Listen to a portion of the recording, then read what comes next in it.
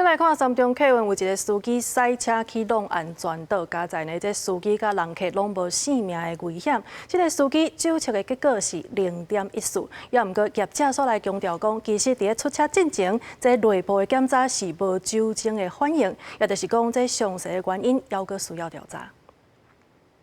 对向内边的公车，直直开来，煞一时失去控制，浪对分隔岛去，树仔浪倒几啊丛，路顶反射镜断去，落伫涂骹，人客疯狂紧倒车。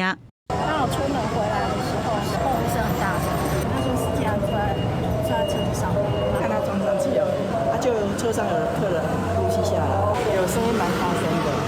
头前的挡风玻璃逼甲像甲蜘蛛网共款，树仔差点仔插入去车内，板金冒落去几啊地，就知影弄不哩大力。一个68岁乘客有腰疼情形，甲司机2人送医治疗，加在无性命危险。员警到达现场，协助伤患送医，并疏导交通。详情肇事原因有待调阅监视器厘清中。 代志发生伫新北市蘆洲，出代志的三中客运18中到12点外，载6个乘客开伫一片路上，雄雄冲出去弄到分隔岛。开车6年外43岁市长司机讲，家己有高血压，讲出车进前有食药啊，前一暗也有啉烧酒。初步讲当时头壳晕，人睡醒才造成事故的。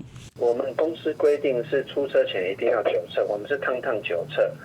那驾驶员的酒测只是有调阅他的行车记录器来看，他整个开车的过程都是很正常，也没有发现有什么饮酒的状况。公车业者讲，出车进前有酒测，无检出酒精的反应。警方到现场确实检出酒测值是0.14，比法规处罚的标准0.15较低。这回事故原因是受到酒精的影响，也是甲疾病有关系，也是其他因素，有关等待调查。只是公车弄一个不哩严重，加在事发当时无弄到过路人，乘客也袂要紧，无互事故扩大。